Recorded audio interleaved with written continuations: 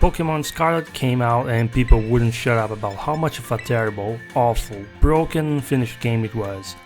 And Violet too.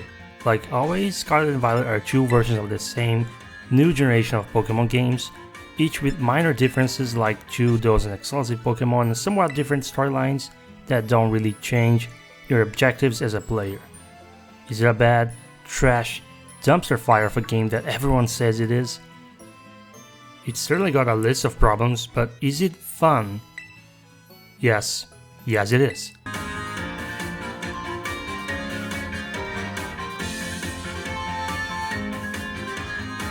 I skipped 2 entire generations, so I can't compare a lot of the features with the Sun and Moon or Sword and Shield. This includes the story. There is more story here than I expected and doesn't start off interesting. I was ready to not give it any thought or even mention it in the review, but there are a couple reasons why I think you should care. Well, at least I cared. First, the story is split into 3 separate quest lines that you're not forced to complete in any kind of order before the final chapter begins and you can beat the game proper, and then there's some stuff to do after the credits. Pretty neat. But there is one tiny problem with this and I'll get back to it in a minute. Second, some of the writing later on is surprisingly effective at pulling emotional strings or weight down with serious repercussions. Something I definitely did not expect in a Pokemon game. Mileage will vary since it's not groundbreaking by any means, it's still aimed at kids after all, and if your level of edginess is high enough, you'll be immune and tell everyone how you didn't feel anything for the characters. And I gotta admit I felt absolutely no sympathy for the cast of one of the storylines because their actions and reasoning made no freaking sense, so maybe I'm too edgy for this. The gist of the intro is you're accepted in a Pokemon school and you're about to accompany a champion and neighbor of yours as she shows you the way to the school, and suddenly a mysterious Pokemon falls from the sky. The mysterious Pokemon takes a liking to you and turns out to have lost most of its powers. One of the storylines focuses on recovering its powers and helping out this guy called Arvin, who helps out at the lab that had your adorable covered legendary under its care. Easily the best of the 3 if you ask me, simple and effective. One of the storylines focuses on the old simple quest for gym badges and winning the Pokemon League. And the third storyline focuses on Team Star, which focuses on the theme of bullying. And speaking as someone who was bullied during his entire school life, I was bored to tears the entire time. As I said, after the 3 storylines are finished, there is a shorter final chapter that leads to the real ending. It's quite interesting by Game Freak standards in some ways and makes you think, oh, not this again, in others. Overall, I like it more than I thought it would. Now, I said earlier there was a tiny problem with the open-ended way you take on the 3 storylines, and that is the gym badges. In older games, you had to get a certain amount of gym badges in order to prevent Pokemon with level higher than a certain amount from not listening to you in battle. In Pokémon Scarlet, this rule applies specifically to caught Pokemon. Without badges, any Pokemon you catch from a certain level or higher will not obey you. That's specifically for the level you catch them on, which means if they happen to reach that level through training or candies or what have you, they will still listen. Still, the reason this sucks is because it goes against the open world nature of the game. You're not forced to get the badges before you explore, but if you try to go around catching every Pokemon without getting almost every badge, you're essentially punished with Pokemon acting like total brats. There is a workaround, which is to breed species you caught, but the fact this workaround is even necessary doesn't make this design decision any better.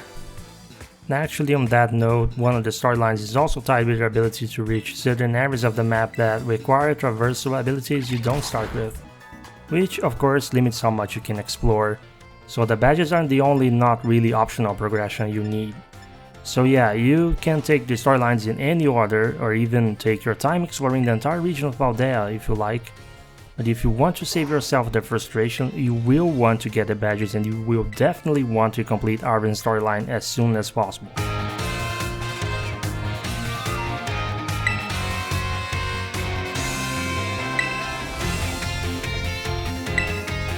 Everyone knows what the basics of Pokemon are about.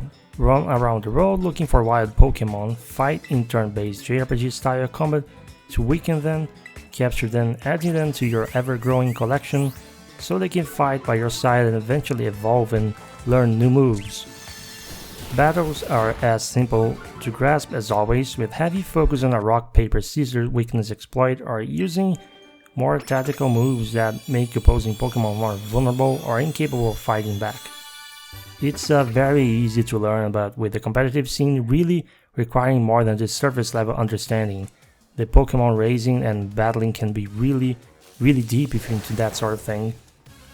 With the bare knowledge of type weakness and making sure your team's not underleveled, anyone can beat the single player content though, and that's a big reason why the series is so accessible and popular.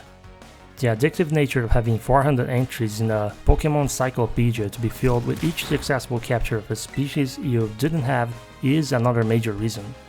And contrary to the constant protests with people angrily spamming Dexit in the social media, the fact Scarlet and Violet give you a very achievable goal of 400, no more, at least until the inevitable DLC comes out, actually makes this objective more appealing to the average player, not less.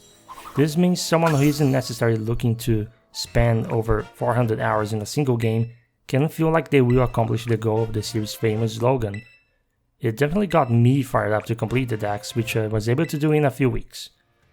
The dex also gives the player rewards for every 10 entries filled. Nice! Online features are not new to the series, but what is new is the ability to host your game to 3 other players and experience what is essentially an MMO Lite experience. You can trade, take pictures together, raid together, and persistently see each other and your Pokemon in real time. Supposedly, the way the open world was programmed to work, this makes having other players in your world very prone to cause very bizarre graphical glitches and performance problems. Personally, with 1 or 2 players with me, I haven't experienced anything more strange than NPCs or players blinking out of existence for a few seconds, or my trainer ignoring the laws of physics to stand by the edge of a lake. But with how the items in Pokemon spawning seems to behave in general, I think I was just lucky. Still, with or without weirdness, the online is a lot of fun that exceeded my expectations and serves as the most promising template alongside the open world design. You can even catch version exclusives this way without needing to buy both versions. I highly recommend playing online whenever you can. Raid battles, which were introduced in Sword and Shield, are back, and again, I can't compare them to the previous iteration, but they're always worth challenging for their rewards alone, even if the Pokemon isn't something you want to capture. And as far as single player goes, the 5 and 6 star raids are arguably the type of content that offers a decent challenge in the post game.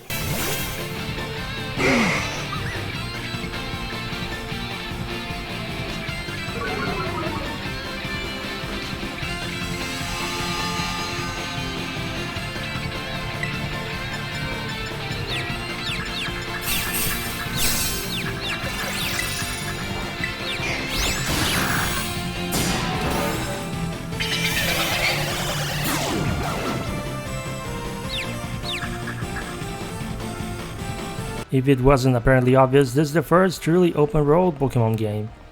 Legends Arceus had separate big maps, but not a true open world. Paldea is literally a single massive landscape with towns, tunnels, caves, ruins sprinkled over it, and I dare say, Pokemon games have never been so immersive. For the first time, the wish I had since Pokemon Red for a Pokemon game that would really make me feel like I'm in a journey in a big world accompanied by my Pokemon friends has been granted. Paldea is huge, and for the most part, the areas are distinct enough in what their flora and landscape looks like that I was never confused about where each place was. Kudos for the map design. I say this and you're probably wondering if I'm blind or if I'm just a resident game freak or Nintendo shield speaking. So let me clarify. No, I don't think the graphics look that good. I think structurally Paldea is well designed, more so than a lot of the games that go open world just for sake of it. It has enough space that doesn't feel artificial, the biomes make sense aesthetically and geographically, and even with most of it being greenery and plains, every area is distinct. That is good open world design, plain and simple. However, the entire thing looks so low poly and so low res it's not a hyperbole to compare to PS2 or GameCube games. I swear you can find areas with similar graphical fidelity in Final Fantasy XI. The lighting makes it even worse than those PS2 games, in fact. I don't think there's any excuse for this. You have games like Xenoblade 3, Breath of the Wild, and heck, even Legends Arceus run significantly better than this, with varying degrees of more detail. My only guess is that, again, the way things spawn or load in the map was not well implemented. On top of that, the models of Pokemon themselves, which spawn all over, have way more polygons and sharper textures than almost every other kind of model in the game. And it's the Final Fantasy XIV 1.0 Flower Vase Syndrome all over again. I have to say, it's a real shame they didn't spruce up the graphics and performance to actual Nintendo Switch standards for this, but going by how much Pokemon games sell in a way, I'm sure enough people have their own impression of the map design, and that kind of makes my review redundant, doesn't it? Let's move on.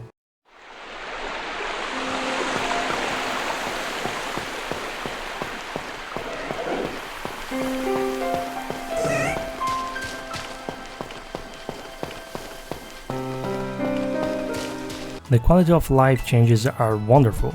I love having direct access to the Pokemon Bank in the regular menu instead of having to go to a terminal. I love that even though the catching mechanics from Arceus are not here, they have at least borrowed the ability to change your Pokemon's moveset based on everything they have ever learned anytime you want. I love how each and every town looks completely unique even though they're super tiny. I actually like how every gene requires you to take on some kind of quick task that could be just anything before challenging the leader. What I don't like is how most of those tasks don't have any kind of thematic connection with the leader or add anything to the world building. The soundtrack is glorious. Not every track is gold, some of them are just okay, but as a whole this is either better or second only to Gen 5 games in terms of music, worth even listening to outside of the game.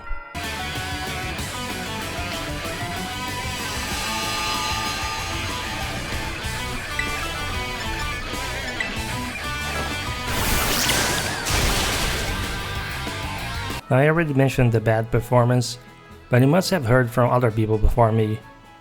It's true, all of it.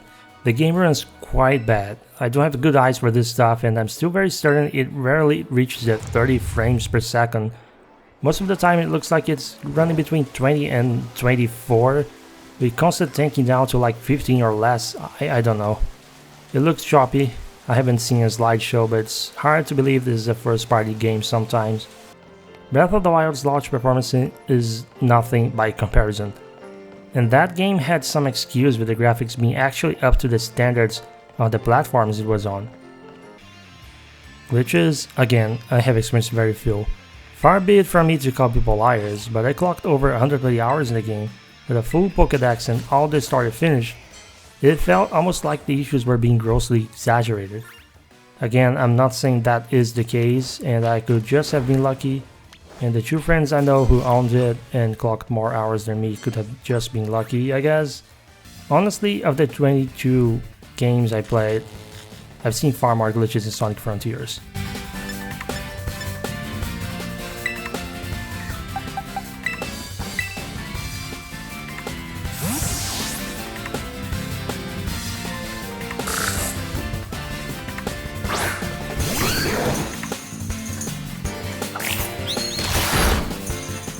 As far as my biggest complaint of this and the series in general, everyone's like, competitive scene, more challenging trainer battles, better story, post-game content.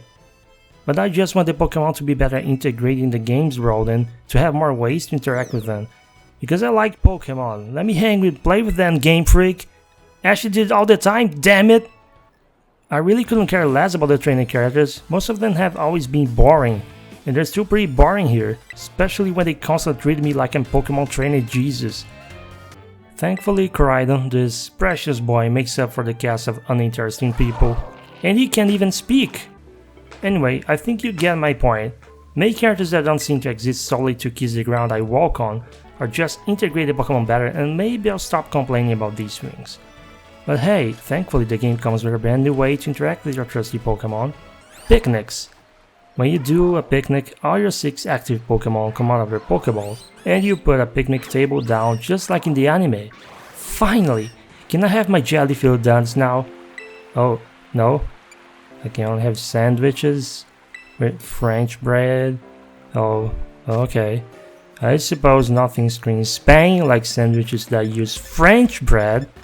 We should be making paellas, damn it! It better not be British tea inside those bottles. Okay, so ham.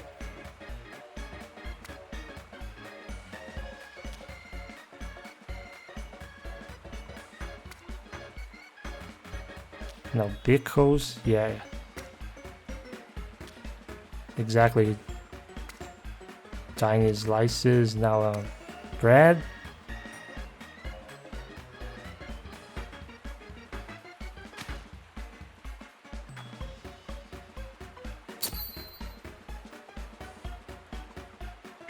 And finish. There we go! Delish and beautiful. You can also wash your Pokemon like a car washer and even play ball with them.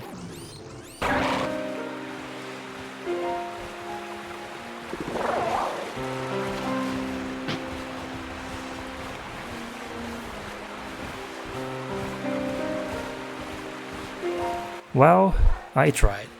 The picnic is also how you breed them. Just start a picnic with just the 3 of you, wait for a while, and eventually the egg basket will have 1 or more eggs. I guess it happens by magic now, at least it's a way faster process than before. But wait, there's more. I'd be remiss if I didn't mention the new Let's Go mode. Named after the Gen 1 remakes that came out for the Switch, this is a feature that lets you walk around with your leading Pokemon out of its Pokeball. This doesn't just look cute, but also allows for them to wipe entire packs of wild Pokemon without starting a battle encounter. But if the difference in strength isn't in your favor, your Pokemon backs off and loses like half of its HP. The other drawback is the amount of experience you get like this is drastically smaller than from defeating them in battle. My only complaint about this though is for some reason no one thought it would be a bad idea to give each Pokemon different running speeds. You will find yourself outpacing most of your Pokemon, which gets annoying since they will return to their Pokeball often because of this. But you know what, I'm kinda okay with all of this. It's really a painless and fast way to farm some of the materials for TM crafting, which yes, is a thing in this game. You craft your own trainer machines. By the way, no hidden machines exist since their functionality gets replaced by the cover legendary's traversal abilities. Thank God.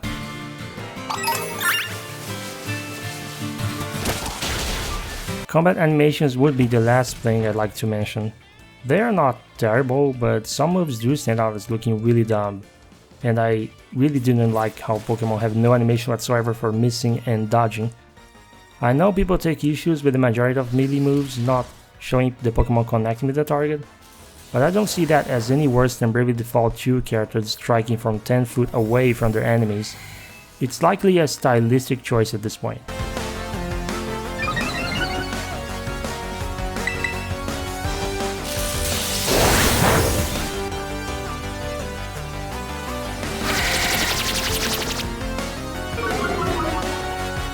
In conclusion, Pokémon Scarlet is, despite all its technical problems, PS2 looking terrain and not being heavy enough in post-game content once you complete your Pokédex, simply fun.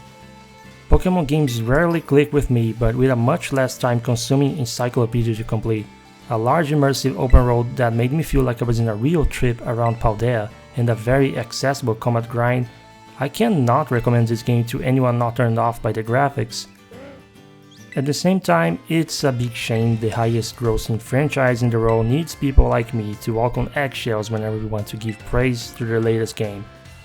But that's just the way it is. Fun, addictive gameplay, but a serious lack of polish. So buy this if you think the familiar gameplay and new open world features appeal to you, or skip if you don't think you can tolerate the subpar performance and unpolished visuals. This is a Pokemon game, and if you're expecting it to drop in price or go on sale anytime soon or ever, good luck with that.